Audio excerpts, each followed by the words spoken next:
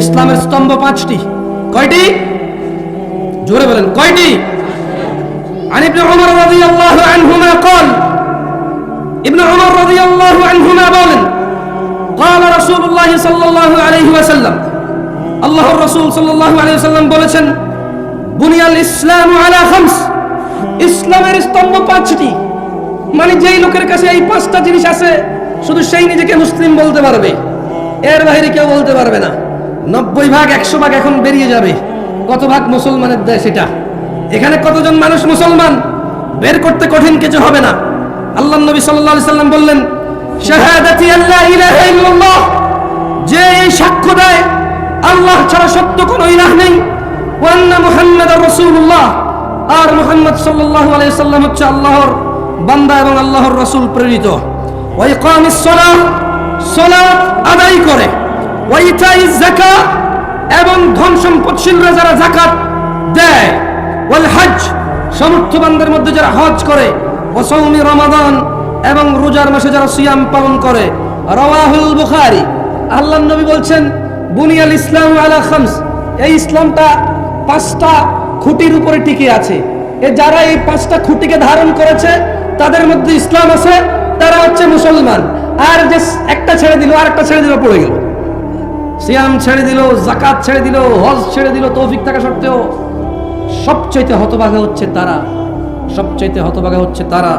নামাজ পড়তে টাকা লাগে না, নামাজ পড়তে ধনী হওয়া লাগে না, নামাজ পড়তে ফর্সা হওয়া লাগে না, নামাজ পড়তে হাত পা থাকা জরুরি নয়, নামাজ পড়তে মানে প্রতি ওয়াক্তে গোসল করা জরুরি নয়, নামাজ পড়তে দিনক্ষণ অপেক্ষা করে জেগেই থাকতে হবে, বসেই থাকতে হবে, দাঁড়িয়েই থাকতে হবে, কতক্ষণ ঘন্টার পর ঘন্টা তওয়াফ করতে হবে, এই ধরনের কোনো শর্ত নেই।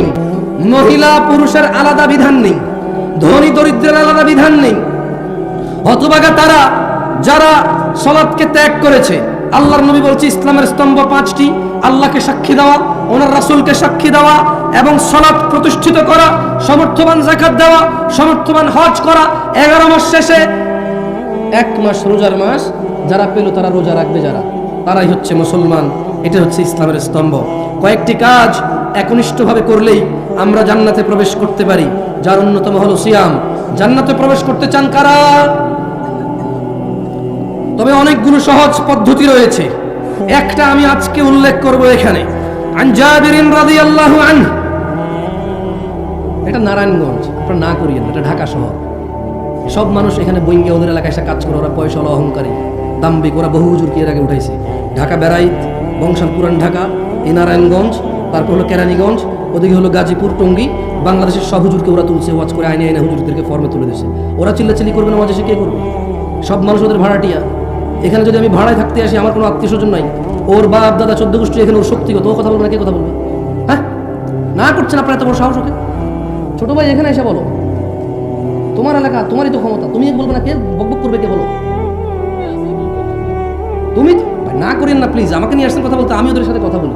ছোট ভাই তোমরা এখানে এসে কথা বলো, আরে ঢিঙ্কা চিকা লাগাই দাও, সমস্যা কোথায়? কি বলো? তুমি যুবক না, তোমার চুল এত লম্বা, কি সুন্দর করে ছাড়াইছো তুমি, কতক্ষণ পরে এমন করো? তুমি তো স্মার্ট, তুমি, আরে ভাই কি বলো? এদেশের মেয়েরা তোমার জানা না দেখে, নাহলে 100-200 মেয়ে তোমার জন্য মানে হাত টাত কাইটা পাগল হয়ে মরে যেত। তুমি এত সুন্দর, তুমি জানো তুমি কত জ্ঞানী বুদ্ধিমান, তোমার কত পয়সাওয়ালা, তুমি কি ট্যালেন্ট, তুমি কি ক্লেভার, তুমি কি বিচক্ষণ, এদেশের মেয়েরা জানেই না, থাকলে তোমার জন্য সিরিয়াল ধরা দাঁড়িয়ে থাকতো। তুমি তো সুদর্শন মানুষ, তুমি কথা বলবো না, কে বলবে বলো? হ্যাঁ, ফেরেশতা তোমাকে ভয় পেয়ে চলে যাবে, জানো? তোমার জন্য ফেরেশতা গুনাহ লিখবে মনে করো, এত বড় সাহস ফেরেশতা রয়ে গেছে, রূপ করবে ছেলের নামে গুনাহ লিখবে, কি বলেন? ফেরেশতার এত বড় ক্ষমতা! হ্যাঁ, এই ফেরেশতার নাম কি? এই ফেরেশতার নাম কি যে ফেরেশতা রূপগঞ্জের মানুষের নামে এখানকার স্থানীয় পোলা পাইন, হ্যাঁ, হুন্ডা চালায়, পালসার 120-এ চালায়, ভিডিও করে। এত ক্ষমতাবান, এত দ্রুত গতির ছেলে মেয়ের গুনাহ কোন ফেরেশতা লিখবেন? নাম কি? পাগল নাকি আপনারা? ক্ষমতার সাথে কিছু বলেন না, পাপ হবে আপনাদের। যারা ওদেরকে চুপ করতে বলতেছেন, আপনার সমাজের পাপ হবে। কেন বলতেছেন ওদের চুপ করতে? হ্যাঁ, ওরা এখানে বক্তা নিয়ে আসছে টাকা দিয়ে, বক্তা কথা বলবে, ওর কথা বলবে, না করবে কেন বক্তা? কারা কারা জান্নাতে প্রবেশ করতে চান? আল্লাহ তাআলা তৌফিক দান করুন। হাজারো পথ আছে জান্নাতে প্রবেশ করার। বনি ইসরায়েলের এক মহিলা কুকুরকে পানি পান করে জান্নাতে যাবে। বনি ইসরায়েলের 1 লোক 99 লোককে হত্যা করার পর আরো একটা 100টা পূরণ করার পরও জান্নাতে গেছে। জান্নাতে যাওয়ার বহু পথ আছে। জান্নাতে যাওয়ার বহু পথ আছে, আজকে একটা নিয়ে না হয় কথা বললাম। আন জাবির রাদিয়াল্লাহু আনহু, জাবির রাদিয়াল্লাহু আনহু থেকে বর্ণিত, তিনি বলেন, আপনারা মনোযোগ দিয়ে শুনুন, আমি আপনাদেরকে প্রশ্ন করব, জবাব দিন, কেমন? মনোযোগ দিয়ে শুনিয়েন।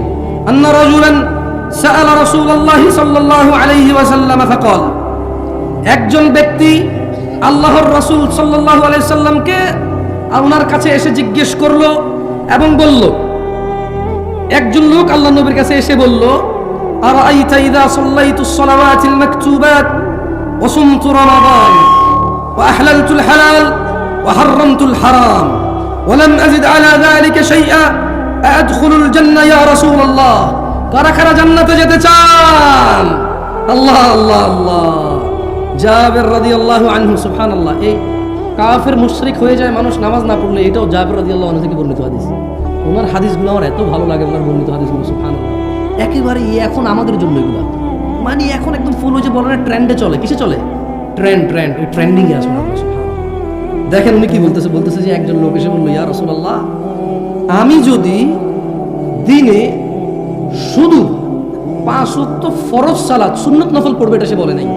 বুঝতে পারছি না, পারি আমি না করছি কে সুন্নত পড়তে, নফল পড়তে না করছি না আমি। এখন এই যে ইউটিউবার এখানে লিখবে, তো ইউটিউবার আছে, ও বলবে এই দেখুন জামশেদ মজুমদার বলছে সুন্নত পড়া লাগবে না, ও টাইটেল দিবে। আমি বলছি এরকম, আমি বলছি এক লোক আল্লাহর নবীকে এসে বললো, ইয়া রাসূলুল্লাহ, আমি দিনে শুধু ফরজ নামাজ পড়বো, তো ফরজ নামাজ কয় রাকাত? ফরজ নামাজ কয় রাকাত? কেউ যদি বলে আমি শুধু ফরজ পড়বো, সে কি নফল পড়বে বলছে? সুন্নত পড়বে বলছে? তাহাজ্জুদ পড়বে বলছে? ঈদের নামাজের কথা তো সে বলে নাই। কোন নামাজের কথা? ঈদের নামাজের কথা সে বলে নাই, ঈদ তো ফরজ। তো সে বলল, আমি যদি আল্লাহর নবী দিনে শুধু ফরজ নামাজ পড়ি, আর আল্লাহর নবী এই শাওয়াল মাসের রোজা, সোমবার বৃহস্পতিবার রোজা, কোনো রোজা আমি রাখবো না, আল্লাহ নবী, আমি একবারে বছর শেষে যখন রমজান মাস আসবে চন্দ্র দেখে রোজা রাখবো, যদি 29 দিনের মাস হয় 29 দিন না। উনি এভাবে বলে নাই, উনি মূলত বলছে কি, আল্লাহর নবী, আমি যদি শুধু ফরজ নামাজ পড়ি আর রমাদানে সিয়াম পালন করি এবং হালালকে হালাল বলি, হারামকে হারাম হিসেবে মেনে চলি, ওলাম আজিদ আলা যালিকা শাইআ, আল্লাহর নবী, আমি যদি খালি রোজা রাখি রমজানে, আর যদি আমি 5 ওয়াক্ত নামাজ পড়ি ফরজগুলা, অন্যগুলা বাদে, আর আপনি যত কিছুকে হারাম বলছেন আমি এগুলো মাইনা চলবো, এগুলো আমি করবো। আপনি যত কিছুকে হালাল বলছেন এটাকে আমি হালাল হিসেবে নিব। এবং আল্লাহ নবী, আপনাকে আমি বলে দিই, সারা দিনে আমি আর কোনো ইবাদত করব না। কি করবে না? কি করবে না? এক ব্যক্তি বলতেছে, জামশেদ মজুমদার বলতেছে না, কাকে বলতেছে? আল্লাহর নবীকে বলতেছে। এই হাদিস পাইলাম কোত্থেকে? জাবের রাদিয়াল্লাহু আনহু থেকে বর্ণিত, এটা মুসলিমের হাদিস। ওনাদের কিসের হাদিস? সহিহ মুসলিমের হাদিস। কিসের হাদিস? সহিহ মুসলিমের হাদিস। এখন ওই লোক বললো যে আল্লাহর নবী, এবং এর চেয়ে মানে নামাজ রোজা আর হারাম আর হালালের এর চেয়ে আমি যদি কিছুই বৃদ্ধি না করি, আমি যদি আর কোনো ইবাদতই না করি, আমি কি জান্নাতে প্রবেশ করবো হে আল্লাহর রাসূল? কল, আল্লাহর নবী বলল যে না, তুমি জান্নাতে যাবা যদি ন্যূনতম কি করেন,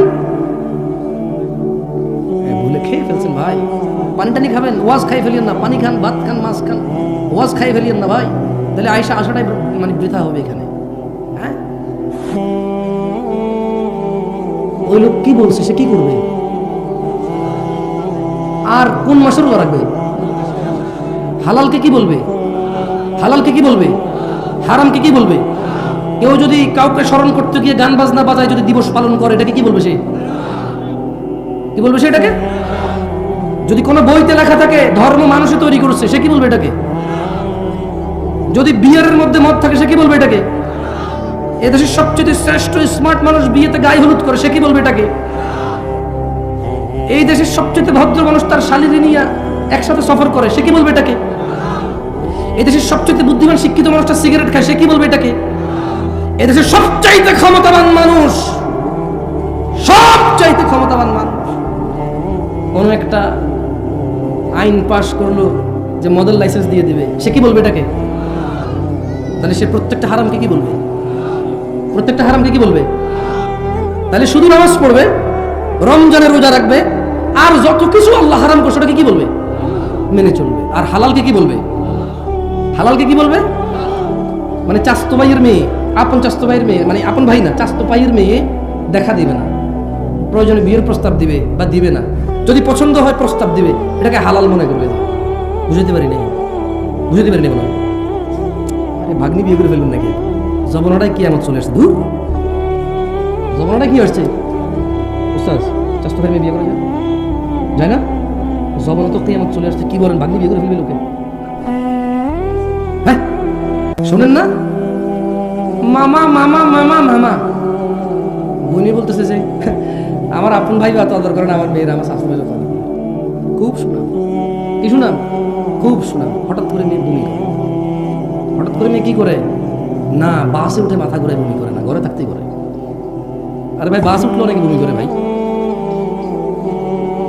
বাসে উঠে বমি করে নাই, হঠাৎ করে মেয়ে বমি করে। এরপরে মেয়ের মা কাঁদে, আল্লাহ আল্লাহ আল্লাহ, কি করলো, কি করলো, খাইছে রে আমার, খাইছে, কি করলো, আমি কি ক্ষতি করছি, আমি কি ক্ষতি করছি? মানে এখন অন্য কোনো পোলায় দ্বারা যদি বমি করতো তাহলে তত বিয়ে দিতে পারতো। আমার আপন স্বাস্থ্য ভাই, ভাই লোক এমনি, আমি বাগনি মা বাগনি কেমনি বিয়ে দিব ভাই? খাইছে খাইছে খাইছে, আমি শেষ, আমি শেষ, মুখ দেখানোর জায়গা নাই। মানে অন্য কারোর সাথে হলে জায়গা থাকতো, বুঝছেন? অন্য কারোর সাথে জানা হলে মুখ দেখানোর জায়গা থাকতো, চাস্তবের সাথে হবে না। আরে বেটা, চাস্তো বোন বিয়ে করা যায়, স্বাস্থ্য বোন যদি বিয়ে করা যায় তাহলে স্বাস্থ্য বোনের অন্য কোন বেড়ার কাছে বিয়ে দিছে, ওইখান থেকে মেয়ে হয়েছে, ওকে কেন বিয়ে করা যাবে না? কোন যুক্তি দিয়ে? হ্যাঁ, চাস্তো বোনের সাথে দেখা দেওয়া যায় না, তাহলে চাস্তো বোনের আরেকজনের ঘরে বিয়ে দিছে, ওইখান থেকে আমার ভাগ্নি একজন হয়েছে চাস্তো বোনের মেয়ে, ওকে কেমন দেখা দিতে পারবো? যেখানে ওর মাকে দেখা দেওয়া যায় না, ওকে কেমন জায়েজ হয়ে গেল দেখা দেওয়া? ওর মায়ের বিয়ে করা যায়, বুঝে ওর বিয়ে করা যাবে না? এর ন্যূনতম জ্ঞান কি নাই? ফুফাতো বোন বিয়ে করা যায়, বিয়ে করলাম না, বিয়ে হয় নাই, অন্য কোথাও বিয়ে দিছে, ওখানে ওর মেয়ে হয়েছে, বুঝে ওকে বিয়ে করা যাবে না? আমার আপন ফুফুর ঘরে হয়েছে, ওরে বিয়ে করা যায়, কোথায় কার কাছে বিয়ে দিছে, বুঝে ওরে বিয়ে করা যাবে না? কোন জমানা এসে গেল? কিয়ামত চলে আসছে ভাই, কিয়ামত তো আসছে যেদিন থেকে আমরা কোরআন হাদিস ছেড়ে দিয়েছি, সেদিন থেকে কিয়ামত চলে আসছে। তাহলে ওয়া আহলালতুল হালাল, হালালকে হালাল বলবে। কি করবে সে? দিনে দিনে দিনে আর বছরে কয় মাস? আর হালালকে কি বলবে, হারামকে কি বলবে? আর কি করবে না, আর কি করবে না? এবং আল্লাহ নবী কি বলছে? আল্লাহ নবী, আমি যদি আর কিছু না করি আমি কি জান্নাতে যাব? আল্লাহ নবী কি বলছে বলেন আমার সাথে, বলেন যে ক্বালা নাআম। সবাই বলুন ক্বালা নাআম। আল্লাহ নবী কি বলছে? নাআম বলছে। কি বলছে? নাআম, বলেন নাআম। কি বলছে উনি? নাআম মানে হ্যাঁ, মানে কি? হ্যাঁ। এবারে আসেন, এই লোক এবার কি করবে? মানে এই লোকে বললো যে শুধু ফরজ নামাজ পড়বে, রমজানের রোজা রাখবে, হালালকে হালাল বলবে, হারাম মেনে চলবে। আল্লাহ নবী বললো যে হ্যাঁ, আর যদি বেশি কিছু নাও করো জান্নাতে যাবা। এইবারে এই লোক কি করছে জানেন? চিন্তা করেন এই লোক কত ডেঞ্জারাস লোক ছিল, আল্লাহর উপর সন্তুষ্ট হলো। সে সঙ্গে সঙ্গে বলে উঠলো, ক্বালা ওয়াল্লাহি লা আযীদু আলা যালিকা শাইআ। ওই লোকটা আল্লাহর নবীকে সামনে রেখে বলল যে আল্লাহর কসম, আমি এই 5 ওয়াক্ত নামাজ আর রমজানের রোজা, হারামকে মেনে চলবো, হালালকে হালাল বলবো, আর কিচ্ছু বেশি করবো না, আল্লাহর কসম। সে আল্লাহ নবীকে বলেছে যে আল্লাহ নবী, আল্লাহর কসম আমি আর কোনো বাড়তি ইবাদতই করবো না, আমি এটা বলে কি করব, আমি আর বেশি কিছু করবো, শুধু এগুলোই করবো। আল্লাহ নবী কিন্তু ওকে বলে নাই কিছু, ওকে বলছে জান্নাতে যাবে। কোথায় যাবে? কোথায় যাবে? ইয়া মুসলিম, আহা মুসলমান, দিনে 5 ওয়াক্ত নামাজ, জান্নাতে যাওয়ার কত বড় পথ দেখছো? কত বড় পথ জান্নাতে যাওয়ার, দিনে 5 ওয়াক্ত সালাত। আর এই রমাদান মাস কত বড় পথ। হারামকে মেনে চলবে, দাড়ি কাটা নেকি না হারাম, টাকুর নিচে প্যান্ট পরা নেকি না হারাম, সিগারেট তামাক জর্দা খাওয়া নেকি না হারাম, গালাগালি করা, মারামারি করা, অহংকার করা, মজলিসের পরিবেশ নষ্ট করা, মিছা কথা কওয়া, বাপ মায়ের সাথে বেয়াদবি করা, স্ত্রীকে অন্যায়ভাবে আঘাত করা, যৌতুক নেওয়া, স্ত্রীকে তুচ্ছ তাচ্ছিল্য করা, সন্তানদের প্রতি অযত্ন হওয়া, পিতামাতার প্রতি অবাধ্য হওয়া। ওই লোকটা বলছে যে সে এগুলো করবে, সে কখনোই তার পিতামাতার অবাধ্য হবে না, যেহেতু এটা হারাম। সে কখনোই দাড়ি কাটবে না, যেহেতু এটা হারাম। এটা এখানে বলে নাই, যেহেতু সে বলছে হারাম মেনে চলবে। কি মেনে চলবে? কি মেনে চলবে? সে সুদ খাবে না, ঘুষ খাবে না, মিথ্যা কথা বলবে না, দাড়ি কাটবে না, টাকুর নিচে প্যান্ট পরবে না, সে মারামারি করবে না, গালাগালি করবে না, বাপ মায়ের উপর অভদ্র হবে না, কোনো মানুষের উপর জুলুম করবে না, সে গান বাজনা শুনবে না, সে জানা করবে না, সে নেশা করবে না। যেহেতু এগুলো কি, এগুলো কি এই সব, এই দেখেন একটা জিনিস, গুনাহ করতে কষ্ট করা লাগে জানেন, কিছু না করলেই গুনাহ হয় না। ধরেন আপনি মদ খাবেন না, এটাই আপনার দেখি খাবেন না ভাই, নামাজ পড়তে যেরকম বলছে ওটা বলছে যে খাইও না, তার মানে আপনার কষ্ট কি বলেন তো ভাই? খাবেন না, এতে কি কষ্ট? তো তাইলে আমরা তো খাচ্ছি, আমরা তো খাচ্ছি। এই যে ছেলেগুলো 5-10টা মেয়েকে দেখে এভাবে ওভাবে কখন রাতে 11টা বাজে কারে বাইর করবে, কখন মোবাইলে কারে নেংটা করে বসে বসে ছবি দেখবে, এই ধান্দা এই ফিকিরে করে। ও ভাই, তোমার শরীরে যতটুক যৌবন আছে না, ওটুকুই আল্লাহ যতটুক দিছে যৌবন, ওটুকুই। এবার কি নষ্ট আরেকজনের মেয়ের ইজ্জত নষ্ট করে ভোগা ভাগা দিয়ে ওর সাথে এই যৌবন কাটাবা, নাকি বিয়ে করে বিবাহিত স্ত্রীর সাথে কাটাবা? একটুকুই যৌবন, বুঝছো?